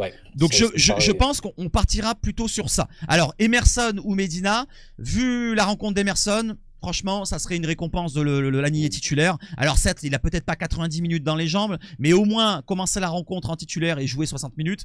Franchement, c'est des professionnels. Il a 30 ans, 31 ans, Emerson. Voilà, il a quand même enchaîné les rencontres avec West Ham dans les années précédentes. Sur 3 saisons, il a été tout le temps titulaire. Donc Emerson est un joueur d'expérience qui pourra être aligné titulaire. Murillo à droite, Pavard, Balerdi, Rouli au gardien. Alors devant la défense, je pense qu'on va peut-être aligner la même chose. Voilà, sur les grandes rencontres, peut-être que De Zerbi a confiance plus en Kondogbia devant la défense pour apporter cet impact physique et un Højbjerg qui fait office de patron dans l'équipe. On le voit bouger beaucoup les bras ici et là. Des fois, Ça sert à rien de bouger ses bras si lui il se déplace pas aussi, parce que j'ai envie de dire Højbjerg, il a aussi sa part de responsabilité dans le fait que c'est trop lent dans le milieu de terrain. Gomes, j'ai envie de dire à la place d'un O'Reilly. Alors O'Reilly, pourquoi? Parce qu'il a été un peu fantomatique, même si il a été quand même à faire 2-3 passes très intéressantes dans la profondeur. Une pour Weah qui a eu la première occasion contre le Real, et d'autres derrière pour Aubameyang qui n'a pas été bien placé. On s'en souvient, ce centre en retrait où Aubameyang reste au second poteau et O'Reilly lui met bien parfaitement. Il n'est pas là. Donc Aubameyang justement, alors ça c'est un doute que j'ai. On va en parler dans les focus derrière. Est-ce qu'on met Aubameyang en pointe ou alors un Gouiri? C'est à vous de me le dire. Je vous pose la question maintenant et on verra tout à l'heure dans le focus. Et Greenwood à droite, ça ne bouge pas. Weah aussi, parce qu'il a fait une grosse rencontre contre Real. Voilà. Dans l'animation, je vais te l'énoncer rapidement et tu vas me dire ce que tu en penses. On a un petit peu le même style d'animation quand on a le ballon, un petit peu que les Parisiens. C'est-à-dire qu'on passe à 3 derrière. On aura un Balerdi qui va se positionner ici, Pavard ici, Murillo ici, un Emerson qui monte ici dans le demi-espace pour créer un petit peu plus de danger. Et de l'autre côté, ça sera plus ou moins pareil. Pardon, hop, Emerson qui revient là. Si on voit une montée de Murillo, on peut imaginer donc qu'un Emerson revient ici ou alors qu'un Højbjerg vient s'intercaler dans cette défense à 3 et Emerson aussi peut montrer. Voilà, c'est exactement. Donc là, voilà, c'est un petit peu concept de jeu très moderne, hein, c'est ça. Hein. C'est un petit peu comme tu m'as expliqué ton animation de ton côté. Voilà, c'est un petit peu le même style. Tu vois, on a cette grosse ligne, ce gros barrage offensif, et derrière on a la sécurité avec un Højbjerg qui vient caler en défense. Maintenant, je vais replacer les joueurs à leur place, et tu vas me dire ce que tu en penses. Voilà, qu'est-ce que tu en penses de cette composition d'équipe de l'Olympique de Marseille? Alors, franchement, il y a j'aimerais développer beaucoup de points. Vas-y. Alors, qu'est-ce que je pourrais dire? Déjà, la présence d'Aguerd change le match. Ça me paraît aussi un petit peu évident parce qu'il est quand même, il est quand même vraiment fort dans le duel aérien. Il est très très fort. Je te dirais un petit peu après que globalement, ce PSG peut jouer évidemment dans toutes les phases des structures. Par rapport à la profondeur, alors il n'y a pas Mbappé. Il n'y a pas, voilà, ça c'est une vérité. Donc peut-être moins surveiller la profondeur pour l'OM, mais quand même un petit peu, oui, bien sûr. il faut aussi le dire. Le gros, ouais, bien sûr, et voilà, je pensais justement à lui. Une question fondamentale pour moi dans ce match-là, tu as évoqué tout à l'heure de Kondo, le double pivot, Kondo-Højbjerg, il faut vraiment savoir est-ce que ça va le faire, parce que ce sera la compo en tant que telle, là, comme ça, que tu présentes, pour moi, elle est peut-être idéale. Tu peux peut-être pas faire mieux, parce qu'on l'a pas Chao, peut-être pas titulaire maintenant ou quoi. Ok, bien sûr. c'est ok. Maintenant, on en parlera un petit peu après, tu es dans le scénario et tout. On s'attend à voir, de toute façon, le PSG essayer d'avoir le ballon et étouffer un petit peu l'OM. On est d'accord là-dessus. Donc, tu dois avoir des joueurs qui vont te permettre de ressortir les ballons proprement. Est-ce que ton double pivot Kondo-Højbjerg, c'est l'idéal pour ça? Maintenant, est-ce que tu as d'autres choix? Je ne sais pas. Je pense que le rôle de Gomes peut être très très important parce que il peut être très polyvalent, il peut descendre, apporter sa qualité technique. Je parlais un peu de vitesse et tout. Balle au pied quand même. Gomes, il est chaud. C'est quand même quelqu'un qui a une conduite et tout, conservation. Donc tu montes la compo comme ça. Moi, je suis ok. Franchement, j'ai pas grand chose à dire. Hein. Je sais pas si tu peux vraiment faire mieux. J'aime bien que tu mettes Emerson parce qu'effectivement, expérience, il a été plutôt chaud. Et surtout que voilà, mine de rien, tu vois, Kvara, si on parle de Kvara, il a eu du déchet sur le début de saison, en 1 contre 1. Honnêtement, il en a eu. Donc, il a été solide face au Real. Tu me parles de Murillo, qui pour moi aussi a été très chaud sur le début de saison. Murillo, qui offensivement parlant aussi également peut apporter. Moi, j'ai rien à dire sur ton 11. Ton 11, comme ça. Le seul truc que je pourrais voir, en plus, ce serait qu'Aguerd il soit titulaire. Mais effectivement, là, pour l'instant, c'est comme ça. Et effectivement, par rapport à Aubameyang ou Gouiri, c'est un peu dur parce qu'en vrai, moi, je pense que j'aimerais peut-être de votre côté voir un peu plus Gouiri. Peut-être parce que techniquement, en décrochage également, très dangereux. Il peut être un peu intenable. Maintenant, on sait qu'Aubameyang peut marquer. Dommage qu'il a été un petit peu en deçà contre le Real. Mais ouais, Gouiri, ça ne me choquerait pas. Là, ça ne me choquerait pas de voir Gouiri. On va en parler d'Aubameyang juste après. Alors, on pourrait bien sûr aligner d'autres joueurs. Péchao, alors pour l'instant, il n'a pas vraiment 90 minutes dans les jambes. Il est rentré 2 fois 30 minutes. Donc, je le mets pas pour l'instant. C'est dans l'imaginaire. Mais ce qu'on pourrait voir sur le terrain. Je te dis honnêtement, par rapport à ça, moi, je préfère, je pense pour vous, voir Weah. Même pour la question tactique, que Weah peut passer dans différents systèmes. Ouais, il peut aider la défense en plus.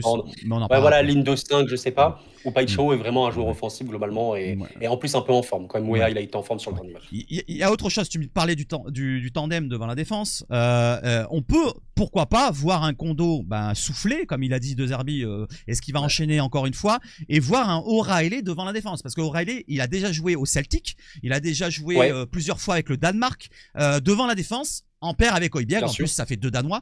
Lui, à la relance, en termes de jeu long, il est très très propre. Franchement très très propre. Et il manque peut-être ce côté-là, peut-être explosivité, vitesse dans le jeu, qu'aura peut-être un Gomez. Peut-être une différence sera faite de ce sens-là. Mais j'imagine pas. J'imagine plutôt que Kondo sera réaligné. C'est mon imaginaire. Voilà. Ça, c'est ma compo probable que je pense que De Zerbi va mettre en place. Si vous avez d'autres compos, n'hésitez pas, vous, la communauté OM, à la mettre dans les commentaires. N'hésitez pas. Je la prendrai, j'analyserai, je vous dirai ce que j'en pense. Maintenant, on va aller sur les focus. Alors les focus, on a Aubameyang qui montre ses muscles. Bon, il les a pas trop montrés face à Huijsen et à Militao, où il a été dur en dur dans les duels, où il a perdu beaucoup de ballons. Dans les précisions de passe, ça frôle les 55-60%. C'est très peu pour un joueur de ce niveau-là. Dans les déviations, dans beaucoup de jeux de déviation, parce qu'il a été pris dans le dos, voilà, les duels, les coups d'épaule, les coups de coude peut-être parfois, et il a pas résisté vraiment dans le choc. Voilà, dans le choc, il a pas résisté, il a pas réussi à prendre beaucoup la profondeur, mis à part une fois où il a manqué cette occasion-là. Voilà, je lui en veux un peu Aubameyang. Donc un Aubameyang face à Paris, on va le voir maintenant. Et Gouiri face à Paris, c'est 12 matchs pour Gouiri, 3 buts, et 9 matchs pour Aubameyang, 1 but. Donc qui sera face à Paris, aligné Gouiri, Aubameyang? Je vous pose la question à vous, la communauté. Et toi, tu penses que ça sera qui? Voilà, si je te demande comme ça, tu imagines qui, toi? Gouiri, Aubameyang, ou alors les deux?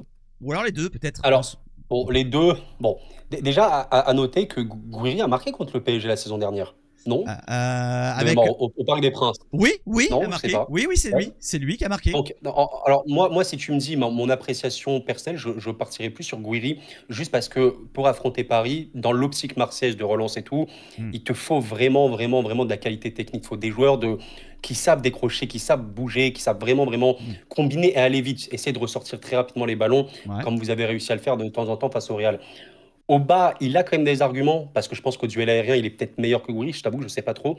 Et il y a quand même une faiblesse notable du PSG. C'est surtout ce qui va être centre au niveau des contres ou les coups de pied arrêtés globalement, où le PSG n'est pas vraiment bon là-dessus. C'est une vérité. Donc, tu me dis qui j'aimerais voir pour vous, je te dirais peut-être plus Gouiri. Mais il y a un monde où il met encore au bas. Il y a un monde où il met encore au bas. Ok.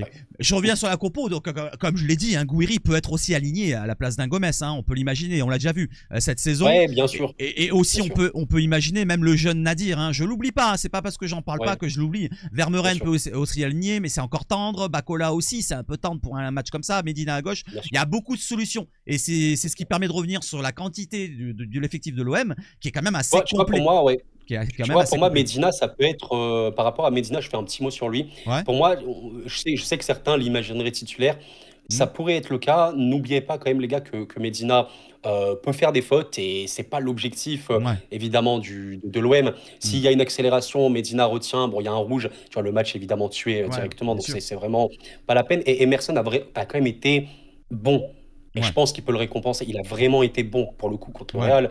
Il y a un moment, le côté droit du Real ne fonctionnait pas du tout, quoi. Bien sûr. Tu l'as bien vu. Bien sûr. Tu l'as bien vu. Alors, j'ai pas parlé de Pavard, excusez-moi, mais en latéral, bon, pour moi, ça m'a pas vraiment satisfait contre le Real. Il a été en difficulté, que ce soit contre Rodrigo, que ce soit même en fin de match contre Vinicius. Voilà, si Vinicius a autant de liberté, c'est parce que Pavard était sur le côté droit. Alors ça a peut-être chamboulé pendant la rencontre, il est passé dans l'axe, mais j'ai pas aimé Pavard vraiment en latéral et on peut imaginer qu'il soit aligné dans l'axe comme il a été aligné lors des dernières précédentes saisons avec l'Inter, où il a été aligné 2 saisons consécutives en tant que central dans une défense à 3. C'est peut-être son meilleur poste, j'ai envie de dire, meilleur poste. En fait, je te dirais pour Pavard en animation offensive quand l'OM a le ballon dans la défense à 3, central droit, ça, il n'y a pas de problème. Mais c'est vrai que défense basse, c'est pas la spécialité de l'OM. Défense basse face à une attaque où tu dois attendre des attaquants et tes latérales, c'est clairement pas la position préférentielle de Pavard. Très, très clair. Ok. Alors, on a parlé d'Aubameyang, on a parlé de Gouiri. Maintenant, on va parler d'un focus duel entre 2 joueurs, Greenwood et Mendes. Alors, Mendes, très très gros potentiel, encore très jeune. Je sais plus quel âge il a, 21, 22, 23, quel âge il a déjà? 23, je pense, à Voilà. peu près. Ouais, Voilà. il reste jeune, mais c'est vrai que c'est très, très, C'est gros très potentiel, quoi. très endurant, c'est un coffre énorme, Ouais, ça va très vite, c'est très ouais, pertinent, même physiquement il est ouais. impressionnant. Ah Donc oui, face à oui, un non, bien sûr. Greenwood, alors Greenwood va très vite aussi, mais Greenwood dans les gros matchs on le critiquait l'année dernière. Maintenant contre le Real il a été très bon, il a été bon par moments très bon. Mm. Deuxième mi-temps un peu plus effacé où il manque cette occasion-là en fin de match. J'aurais aimé qu'il contrôle et voilà qu'il la mette au fond dans un corner à la 93e minute de jeu. Donc Greenwood qui a fait cette passe décisive contre le Real où il a récupéré, gratté le ballon. Donc il fait des efforts aussi pour essayer de gratter des ballons, mais il n'en fait peut-être pas assez défensivement parlant. Donc tu en penses quoi de ce couloir où tu auras un Greenwood face à Mendes, défensivement parlant Ouais. pour Mendes, et si tu veux parler d'offensivement pour Mendes si tu veux. Déjà, alors, ce que je note quand même d'intéressant, c'est que Greenwood a fait quand même plus d'efforts sur le dernier match, Hmm. même je pense depuis ce début de saison. Et ça, ce sera important, même dans la capacité de défendre et empêcher le PSG de développer son jeu. Maintenant, le duel en tant que tel, en un contre un, bon, c'est vrai que Mendes sort de certaines perfs individuelles face à des voilà, gars comme Salah de Liverpool ou Lamine Yamal qu'il a pu affronter en Espagne, où c'est vrai que, ouais, un Mendes qu'on a vraiment reproché à le joueur pendant un temps, les sauts de concentration. Quand il n'est pas concentré, c'est pas la folie, mais c'est vrai que quand il est là, ouais, il est un peu trop solide limite au duel. Ouais, Et donc le duel, ok, mais je te dirais que Greenwood devra vraiment être soutenu. Il ouais. faudra vraiment de la combinaison, parce Hmm. que le pur 1v1, il y aura toujours, ouais, ce sera quand même, je pense, assez dur. Mais oui, le duel en tant que tel, il est intéressant. Il faudra du mouvement. Voilà, il faudra de la profondeur, surtout si tu as un contre. Ouais. Si tu as un contre pour Marseille, oui, là, effectivement, Hmm. tu peux attendre ce duel-là. Et il faut, par contre, beaucoup, beaucoup de vitesse. Ça, Ouais. c'est sûr, hein. Faudra beaucoup de mouvement, beaucoup de Vraiment. vitesse et Ouais, ouais. pourquoi pas une aide d'un Murillo qui dédoublera ou d'un autre. Mais Voilà, même, exactement, exactement. mais même tout seul, j'ai envie de dire, Greenwood, quand même, il est capable d'éliminer avec un passement de jambe. Voilà, on le sait Après, très bien. Ça. il a une qualité technique et Ouais, de dribble de fou, hein. ouais. Il a, d'un Donc, point de vue dribble, c'est assez donc, fou, bien sûr. un match dans le Bien sûr, match bien sûr. entre deux joueurs de très haut niveau. Hein, voilà, donc le Portugais Mendes, oui. Portugais face Ouais, c'est ça, c'est ça. à l'anglais jamaïco, je sais pas quoi. Euh, Allez, on enchaîne C'est avec ça. un autre duel. Alors là, c'est plusieurs joueurs. Là, c'est plusieurs joueurs. C'est vraiment encore les couloirs. J'ai envie de dire, il y a des Ah choses ouais, ouais, bien importantes. Il y a des sûr. choses importantes. C'est le cœur du jeu, les couloirs. Donc, c'est Gvara et Hakimi. J'ai envie de dire et Ouais, Medina ou Emerson. Et j'avais envie de rajouter Wea parce que Wea, quand vous le voyez dans la compo, Wea viendra aussi aider un petit peu Emerson. Quand bien sûr, Gvara bien sûr, bien sûr. montera et Hakimi dédoublera, eh ben il y aura un Emerson qui prendra Hakimi et Wea peut-être face à Gvara. Voilà, ça pourrait se positionner comme ça. Donc tu en penses quoi de ces duels avec un Hakimi et un Gvara, surtout Gvara qui a fait un énorme match encore une fois peut-être Ouais, avec bien contre sûr. l'Atalanta. Non, mais ça, c'est clair que c'est un vrai duel dans le match parce que, bon, dans les faits, il y a quand même la qualité de percussion de dribble côté PSG, je sais qu'il est importante. Et comme Emerson a été bon, comme Mouya a fait les efforts, Mm. tu vois, d'ailleurs, on parlait tout à l'heure de Pavard, quelques moments, Greenwood Ouais. et des Pavard, c'était mieux. Ouais. Donc là, ça va être évidemment un des focus importants. Je te Mm. dirais, faire également attention aux appels intérieurs des milieux parisiens, parce que les deux peuvent être soutenus par, je sais pas, Fabian Ruiz, Warren ou quoi. Mm. Donc voilà, même là, la question du double pivot, Højbjerg peut-être en Mm. couverture. Mais Peut-être. effectivement, que c'est un match dans le match, oui, bien sûr. Mm. Ça, c'est sûr, hein. Ouais. C'est sûr. Un match dans le match. Maintenant, on va regarder un petit peu les statistiques avant d'aller sur la fin. Et les statistiques sont impressionnantes du côté des Parisiens puisqu'ils ont la plus grande Ouais, attaque européenne avec 127 buts marqués, c'est énorme en 2025. c'est Ils beaucoup, hein. peuvent. Alors, j'ai regardé dans les commentaires en dessous. Il y en a qui citaient qui a le record, qui a le record. Ben, je crois que le record c'est marqué en dessous. Je crois que c'est le Barça ou le Bayern, 175 ou 176 buts. Je sais pas où je l'ai Ouais, trouvé. peut-être, peut-être, ouais. Voilà. Et Paris, ben, en restant sur cette lancée-là, eh ben, il pourrait atteindre ses 175, 176 buts. Si on a pris le Ok. ratio qu'a fait Grok, ils ont calculé Grok, là, Ah ouais. l'intelligence artificielle de Ah ouais, X, ok, ok. et il a calculé 176 buts pour Paris. Donc un Paris impressionnant qui marque beaucoup de buts. Donc face à cette attaque-là, il y aura bien sûr un gardien qui a été impressionnant, c'est Geronimo Rulli contre le Real, voilà, donc qui a arrêté plus de 10 arrêts dans la rencontre, dont en première mi-temps L'arrêt sur Mbappé est fou, hein. un L'arrêt record, sur ouais, ouais. Mbappé, Ouais, il a cette tendance à bien écarter, à bien se rendre le plus, développé possible de son corps. Et c'est ce qui permet de faire des arrêts de l'épaule, du bras, de ci, de là. Celui-là aussi, il y a une sortie quand même. Il fait des sorties, quoi. Il reste pas devant sa ligne, il attend le dernier moment. Tu veux se dire, tiens, l'attaquant va passer à la défense, je vais attendre qu'il arrive vers moi. Non, non, il y va directement. Donc c'est un joueur, oui, c'est un joueur sur le terrain qui est impressionnant en ce moment depuis l'année dernière. Il a eu quelques bourdes l'année dernière contre Lille, contre Toulouse, mais dans l'ensemble, c'est un joueur qui nous apporte beaucoup depuis l'année dernière. Pour moi, c'est le meilleur joueur olympien depuis l'année dernière. C'est pas Rabiot, c'est pas Greenwood, c'est pas Pim Pam Poum, c'est Geronimo Rulli. Merci Geronimo. Donc voilà pour le gardien qui va être important, comme notre attaque, parce que j'ai parlé de ton attaque. Et maintenant, l'attaque au Vélodrome, l'OM a la meilleure attaque du top 5 européen en 2025 au Vélodrome, comparé au Barça, comparé au Bayern. 41 buts marqués lors des matchs au Vélodrome depuis l'année 2025. 37 pour le Bayern, 32 pour le Barça. Tu en penses quoi de ça, cette stat-là, elle te parle?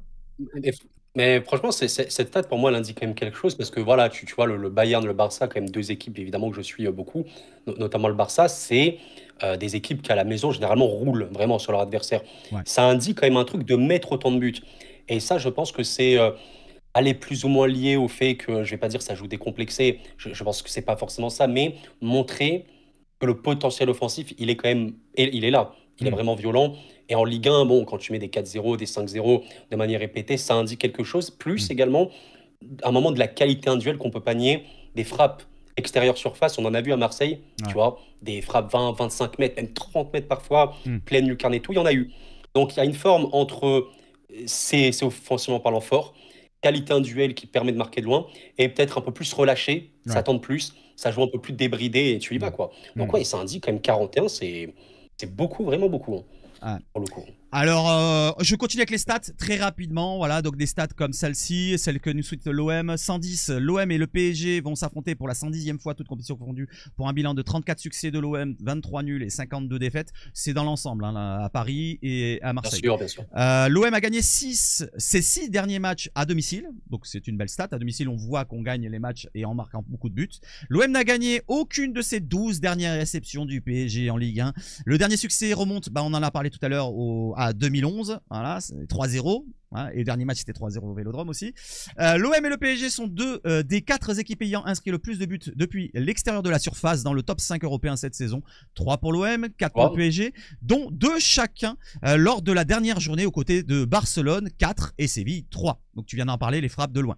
L'OM et le PSG affichent les plus hautes possessions moyennes, 75 côté parisien, 63 côté marseillais. Le plus de passes par match, 839 pour le PSG, 607 pour l'OM. Le plus de séquences d'au moins 10 passes, 124 pour Paris, 82 pour l'Olympique de Marseille. Donc on aime avoir le ballon, on aime être protagoniste du jeu, être dominateur. Voilà, donc du côté parisien et du côté marseillais. Maintenant, il y a une petite... il y a un petit sujet qui est clivant, c'est l'arbitrage. On l'a vu contre le Real, voilà, avec ce penalty. Contre Paris, ça fait aussi parler tout le temps, tous les ans, est-ce qu'il est là? On va pas parler des années précédentes, on va parler de cette année. Est-ce que vous, dans les commentaires, vous craignez l'arbitrage contre Paris avec monsieur Brizard qui sera l'arbitrage?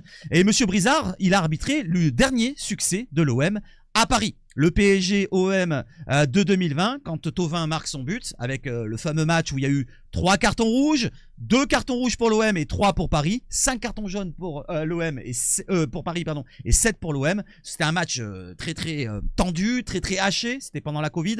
La dernière victoire donc du côté du Parc des Princes, c'était avec cet arbitre là. Et le dernier match arbitré sous cet arbitre-là, c'était le OM Montpellier, le 2 février 2025. Voilà, vous avez tous les résumés. J'ai oublié de mettre les cartons rouges adversaires et OM, mais c'est pas bien grave. On a 13 victoires, 7 nuls et 2 défaites.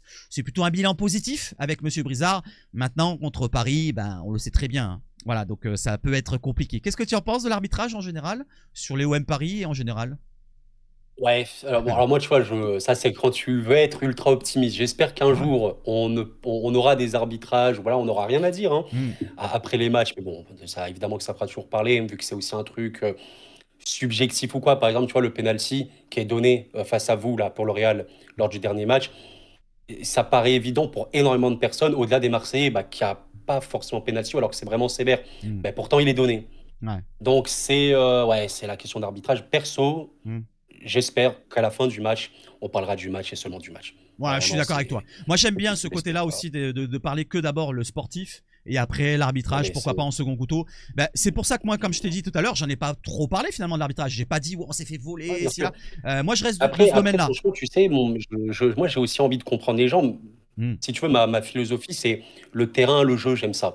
Maintenant, Hmm. je comprends les gens. Demain, tu as un carton rouge face à une équipe qui peut être aussi plus forte que toi. Hmm. Tu vas parler de ça, tu vas retenir ça, parce que Hmm. oui, ça change le match, ça c'est une Hmm. vérité. Hmm. Mais voilà, c'est pour ça que j'espère franchement que bah, l'arbitre fera un bon match, la VAR fera un bon match et qu'on les verra très très très peu. On les verra limite pas du match et Ouais. voilà, on profite du terrain. Juste du terrain, Voilà, j'espère. on les verra pour les bonnes choses. Jérôme Brizard a nommé Voilà. pour arbitrer, donc je viens d'en parler, et le seul arbitre en exercice carrément à avoir arbitré l'OM qui a vaincu Paris. Donc c'est le Non, mais- seul qui nous a donné une victoire, Jérôme Brizard. Et quand tu vois les ratios, comme tu m'as dit tout à l'heure, de voilà. Benoît Bastien, 7 défaites, 1 Ouais. nul, de Clément Turpin, Ah 5 ouais. défaites, 1 nul, 2 défaites pour Le Texier, 1 défaite pour Willy Delageau. Donc c'est pour les arbitres qui sont en activité. Donc voilà, l'arbitrage, point clivant qui sera peut-être un sujet important ou pas pour certains. Pour moi, je regarde la prestation, comme je vous l'ai dit pour le Real par exemple. Ouais. Si on faisait le travail sur le terrain sur cette fin de match-là, peut-être qu'on n'aurait pas parlé de l'arbitrage. Si on aurait pris le ballon et on serait monté d'un cran sur le terrain, alors peut-être qu'on aurait pris un troisième but de Mbappé en contre ou de Vinicius, mais peut-être que autre chose, on aurait créé, je veux dire, des occasions, on aurait marqué un but et on aurait gagné peut-être la rencontre 3-2, nous de notre côté. Voilà, peut-être qu'on l'aurait fait dans ce domaine-là. Donc j'ai envie de dire, l'arbitrage, ça passe en second plan, à voir déjà comment on propose du jeu sur le terrain. Voilà. Alors, je vais te poser la question. Alors attends, oui, la question, la dernière question, et on va changer d'écran juste après. Alors, d'abord, les clés du match, le scénario du match et le pronostic. Tu vas me donner ta clé du match, ou plusieurs clés, ton scénario, Ouais. ou plusieurs scénarios, et le pronostic. Alors, déjà, par rapport aux clés qui me paraissent évidentes et qui me viennent à l'esprit directement, l'acteur qu'on peut attendre par rapport à la différence qui peut se passer sur le terrain, en tout cas côté Marseille, l'acteur le plus important peut être Rouli. C'est pour moi une clé du match absolument fondamentale parce que voilà, bon, pour évidemment suivre le PSG. Le PSG, la saison dernière, notamment au début de Ligue des Champions, Mhm. s'ils ne gagnaient pas leur match, c'était parce qu'il y avait de un gardien adverse énorme, Ouais. et de deux, parce que ton gardien bah, faisait pas l'arrêt qu'il fallait, même s'il y en avait un seul dans le match. Donc déjà, Rouli, c'est une clé absolue. Si Rouli te fait 12 arrêts sur le match, l'OM a une probabilité de victoire bien plus élevée que s'il n'en fait pas. Tu vois, Mhm. ça me paraît assez logique. Maintenant, d'un point de vue jeu collectif ou quoi, une des clés fondamentales de l'OM, et ça va être un des points qui va faire que l'OM sera dangereux, Ouais. c'est sortir de la pression parisienne. En fait, tu Ouais. vois, comme le Real, Ouais. au début, vous n'arrivez pas trop à sortir. Si l'OM arrive vraiment à sortir, alors l'OM sera dangereux. Parce Mhm. que, comme je l'avais évoqué, par exemple, PSG-Lens, on n'a pas vu un PSG avec une intensité Ouais. énorme ou quoi. Lens a régulièrement réussi à sortir de cette pression parisienne, Mhm. s'est procuré des occasions, aurait pu marquer totalement, parce que le PSG, son pressing était défaillant. Donc oui, si l'OM sort de la pression parisienne, l'OM peut être très très dangereux. Ça, c'est pas un débat, parce que Paris n'est pas une équipe qui joue bas, qui Ouais. joue en défense basse. Elle est Bien là sûr. pour dominer l'adversaire, être haut sur le terrain, et voilà. Donc c'est une clé fondamentale. Une dernière clé que tu auras qui va être liée à ça, c'est à quel point tes milieux Ouais. pourront en fait s'imposer face au milieu parisien. D'accord. Parce que ça, c'est le contrôle du terrain et la capacité que tu auras à toi sortir de la pression parisienne. Ce Mhm. sera aussi la capacité de tes milieux à exister. C'est pas pour rien que, bah, franchement, c'est limite les postes les plus importants dans le foot d'aujourd'hui. Bien sûr. Tu dois avoir des milieux de très haut niveau. Bien sûr. Si tes milieux, là je parle notamment Marseille, si tes milieux sont chauds face à Paris, conservent bien, récupèrent des fautes, Mhm. ressortent bien, Paris sera en difficulté. Voilà, D'accord. j'essaie de vous donner factuellement des éléments qui peuvent mettre à Mhm. mal Paris. Ouais. Je te donne mon scénario Ouais, ou hein. Vas-y, mon scénario? vas-y, vas-y. Ouais, le scénario assez logique que je peux imaginer dans la plupart en fait des matchs du PSG, il se passe ça. Un PSG qui sera dominant, sera fort, qui essaiera en tout cas, c'est le but, d'étouffer Marseille dans sa surface. Enfin, regardez Real OM, vous Mhm. voyez à peu près ça dès le début. Je pense quand même un PSG qui mettra une forte intensité. Maintenant, le problème du scénario, c'est bah, si Rouli fait beaucoup de parades dans les 15-20 premières minutes, tu vois l'idée. Mhm. Le scénario de base un peu classique que je peux te donner, c'est que Paris sera fort, Paris marquera et voilà, peut-être que Paris gagnera sur ça. Mais si Rouli fait quelques arrêts, Paris n'est pas très très décisif, on sait qu'il peut avoir vraiment du déchet à la finition. Bon, ouais, on arrive à la mi-temps, il y a 0-0. Je te dis que ça peut être possible pour l'OM. Tu Mhm. comprends l'idée. Ouais. Maintenant, s'il y a un but au bout de 5 minutes pour le PSG, bon, tu comprends que le Ah, discours il sera quand même différent. ouais, ouais. Et mon prono du coup? Ouais, vas-y, vas-y. Mon prono, Allez, vas-y, lâche-toi, c'est Ouais, bon. ouais. Non, non, mais franchement, j'essaie, tu vois, de voir comment l'OM, parce que moi, c'est une question que j'ai. Est-ce que l'ambition de De Zerbi sera toujours de rester avec cette idée de relancer proprement et tout, quitte à prendre des risques comme face au Real? Mhm. Tu peux le faire, c'est très courageux, c'est beaucoup d'ambition. Paris, tu sais que ça peut être très, très dangereux dans ce cas-là. Ouais, j'ai quand même ouais, du mal à ne pas dire victoire Paris. Je te dirais, à part si Roulier vraiment est fou. Parce que si Ouais. Roulier est fou, ouais, je pense que l'OM peut le faire. Non, mais ça, j'insiste, hein. Ouais, bien Le sûr, bien PSG a sûr. déjà perdu l'année dernière à cause de ça. Roulier fait un match de fou. Mhm. L'OM peut réellement gagner, hein. Je dis bien gagner le match. Et j'insiste là-dessus. Mal Mhm. et mal. Si je te dis un prono, allez, on va dire peut-être classique, peut-être un 3-1. PSG D'accord. avec, je pense, quand même un Marseille qui marquera son premier but à la maison depuis, tu m'as dit longtemps. 2007. Euh, je, je, ouais, je pense vraiment, avec quand même, il y a un peu trop de qualité offensive pour moi côté OM, Ouais. pour qu'il ne marque pas. Et Ouais. même juste sur les coups de pied arrêtés ou les contres, le PSG a une vraie faiblesse dans le duel aérien. Ouais. C'est une vérité. Ouais. Voilà, mais ça va dépendre de Rouli. C'est pour ça que je t'ai mis clé Mhm. du match numéro 1, c'est Rouli. À un D'accord. moment, c'est vraiment. Voilà. Bon, je D'accord. pense que j'ai beaucoup parlé. Non, non, mais c'est bon, non, Voilà, voilà. mais c'est bien détaillé au moins. Et ben, ça me permet Oh, d'enchaîner avec le mien qui sera en lien vas-y, dis-moi. qui sera en lien au tien, c'est-à-dire résister à la pression, rentrer et ne Ça, pas avoir, voilà, le caca au cucu comme on a eu face au Real. Et c'est ça. justement, j'ai mis cette image-là, c'est pas pour rien. 3 minutes et le capitaine Marquinhos ouvre Ouais, déjà le score pour le PSG. Ça part très fort au parc. Et ça fait 3 matchs ouais, d'affilée où Paris marque d'entrée pratiquement. Ils c'est ça. écrasent un peu leurs adversaires. Comme le Real a voulu faire contre nous, tu l'as bien dit toi aussi. Ils nous ont mis C'est la ça. grosse pression, on a un petit peu douté, on a fait beaucoup d'erreurs. Et j'ai envie de dire, c'est une clé du match. Il faudra qu'on rentre directement dans la rencontre. Ça, c'est une clé importante du Ah, match. mais ça, c'est sûr à 100%. C'est primordial Clairement. parce que tu commences le match comme on l'a fait, ne serait-ce que l'année dernière, je reviens au match au MPG où on commence vraiment lamentablement. Tu prends un but, 2 buts. Voilà, il y avait 1-0, je Ouais, crois, au moment où on prend le carton rouge. C'est plié. c'est Voilà, ça ça. peut être plié assez C'est ça. rapidement. Donc j'ai envie de dire, C'est selon ça. Rouli, comme tu l'as dit, selon Rouli qui sera un point très important de cette rencontre-là, selon la défense, quelle défense sera alignée. Et j'en viens à cette défense-là qui sera importante dans un autre point clé de la rencontre. Alors je pourrais parler des Greenwood et des duels ici et là, mais je vais envie de parler des coups de pied arrêtés. Les corners, pendant la conférence Ouais, de presse, De Zerbi nous a dit tout à l'heure, grâce à Pancho Abandonado, on a amélioré les tirs notamment. On a des joueurs comme Guiri, Greenwood qui peuvent les tirer et des Pavard ou Aubameyang pour recevoir. Tu me parlais d'Aubameyang tout à l'heure dans le jeu aérien, mais il n'y a pas que lui. Il y a Bellardi aussi qui peut faire de belles choses bien sûr. en s'améliorant, mais il y a aussi un Bien sûr. joueur important. S'il est là, c'est Aguerd. Dans le jeu aérien, il est très impressionnant. Donc j'ai envie de dire, les coups de pied arrêtés seront primordiaux à bien les Mais tirer. ça, franchement, je Ouais, vous le dis pour les Marseillais qui nous ouais, écoutent et qui ne suivent pas Paris, je pèse mes mots. ouais, Vraiment, je les pèse. Paris n'est pas bon sur les duels aériens. d'accord. C'est vraiment un point faible. Hmm. Je pense que sur tous les buts de la saison dernière, Ouais. il y a peut-être un quart des buts qui sont sur corner, Ah les ouais, coups de quand pied même. arrêtés. Quand même. C'est abusé. Hmm. J'insiste là-dessus, c'est D'accord, la faiblesse de ce PSG-là. d'accord. Vous avez un coup de pied arrêté, considérez ça comme une occasion majeure de marquer. Hmm. Il faut vraiment le faire. Donc, je rejoins totalement ces propos. Donc, Vraiment. je continue avec ce point clé. Donc, effectivement, on a de la qualité dans le jeu aérien et il faudra appuyer là-dessus, comme tu l'as dit, et bien les tirer. Pas au premier poteau, pas au quatrième. Non, dans la bonne zone, bien dangereuse, là où le gardien ne peut pas sortir. Ou alors, à la limite, s'il peut sortir, qu'il y a un joueur qui coupe devant lui, qui la mette au fond. Donc, il faudra s'ajuster bien comme il faut sur ces coups de pied arrêtés.